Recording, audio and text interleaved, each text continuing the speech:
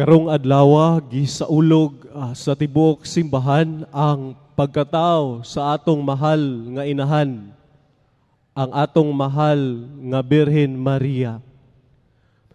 Ang pagkatao sa atong mahal nga Birhen Maria, nga ang atong inahan, kini nagpahinumdom sa matag usa kanato sa gahom sa Dios og sa kaanindot siyang makaluwasnon nga plano sa Dios alang sa iyang mga katawhan, alang kanatong tanan. Giandam na sa Dios ang atong bulahan nga inahan, ni anang dakong plano sa Dios, ang iyang dakong plano kanato isip iyang mga anak, nga ipakatao sa Dios ang iyang bugtong anak sa usa ka babae nga ulay, aron pagluwas kanato gikan sa kaulipnan sa sala. Ang atong unang pagbasa karon gikan sa sulat ni Propeta Mikias, nagsaysay ni anang dakong plano sa Dios sa iyang katawhan, nga diha sa Bethlehem mataw kining manunubos, mataw kining Hesus nga muoy muling kawas nato gikan sa kaulipnan sa sala. Ug diha usab sa atong ebanghelyo nga atong nadunggan karon, diha usab gisaysay ni anang sa pagkatao ni anang manunubos. Gisaysay ang iyang pagkatao ni anang Dios nga nagpakatao diha sa tagauangkan sa usa ka babae nga ulay, nga walay lain kundili ang atong mahal nga inahan. Atong masabtan din mga igsoon nga diha sa dakong plano sa Dios sa iyang katawhan, nga iya kitang tubuson gikan sa kaulipnan sa sala, ang atong bulahan nga Birhen Maria adunay dako kayong kabahin ni anang makaluwasnon nga plano sa Dios para kanatong tanan. Ang pagkatao sa atong bulahan nga Birhen Maria nagpahinumdom kanato ni anang gugma, ni anang Dios nga kanunay na higugma sa tao, nga kanunay na higugma bisan pa man kita makasasala.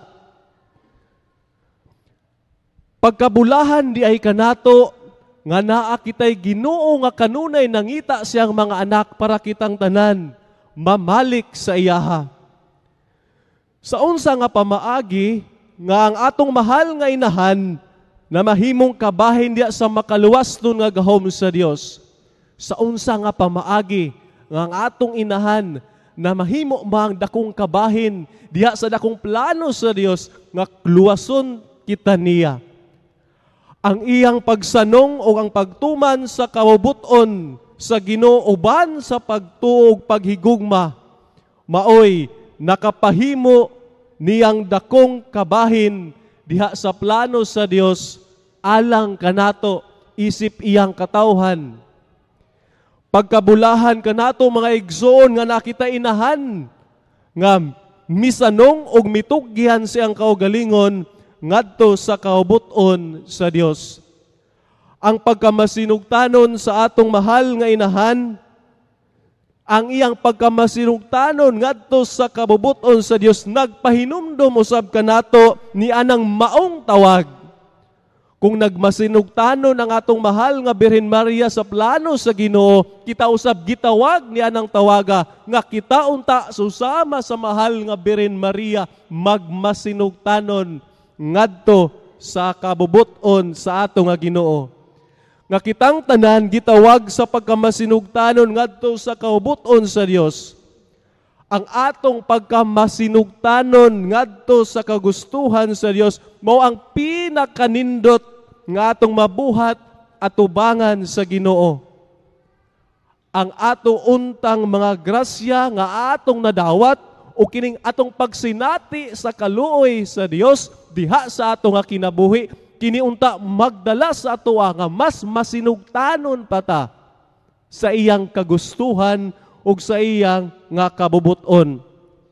Karon unsa may timailhan nga kita nakasunod sa kabubuton sa Ginoo. Ang timailhan nga kita nakasunod sa kabubuton sa Ginoo, nituman sa pagkamasinugtanon sa kabubuton sa Ginoo, kanang mas pilion pa nato ang pagbuhat sa maayo kaysa pagpakasala. Kanang mas pilion pa nato ang pagpasaylo kaysa pagdumot. Kanang mas pilion pa nato ang pagkamapaubsanon kaysa magpasigarbuhon. Kanang mas pilion pa nato ang pag-amping sa atong lawas kaysa pagbisyo. Kanang mas pilion pa nato ang pagsimba kaysa paglingaw-lingaw. Kanang mas pilion pa nato nga musabot kaysa maghukom sa atong isig katao.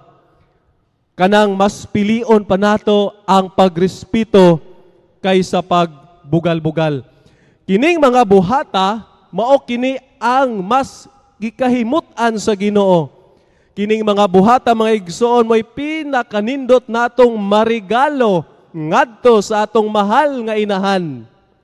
Ang pagtuman di ay o ang pagsanong sa kabubuton sa Ginoo, mao kini ang pinaka-the best nga atong marigalo ngadto sa atong inahan. Kanang mutuo ta sa iyang anak. Kanang musanong ta sa iyang anak. Atong pagtuman, kini atong pagtuman sa kagustuhan sama sa gibuhat sa atong mahal nga inahan. Mas labaw pa kini sa mga bulak nga atong gihalad ngadto sa atong mahal nga Birhen Maria. Hinaot unta sa atong pagsaulog nining pagkatao sa atong mahal nga Birhen Maria nga dako kaayong kalambigitan diha sa pagluwas sa Ginoo kanato. Kini unta magdala kanato nga mahinumduman nato ang kaayo o ang gugma sa Ginoo kanato. Og dili usab nato malimtan ang tawag ni ana nga di sa kaayo og pagkahigugmaon sa Ginoo kanato. Dili usab nato ta malimtan ang tawag sa Ginoo nga mutuo ta niya, musanong ta niya og musanong ta kanunay sa iya nga kahubuton sama sa gibuhat sa atong mahal nga Birhen Maria. Hinaot pa unta. Palihog sa pagtindog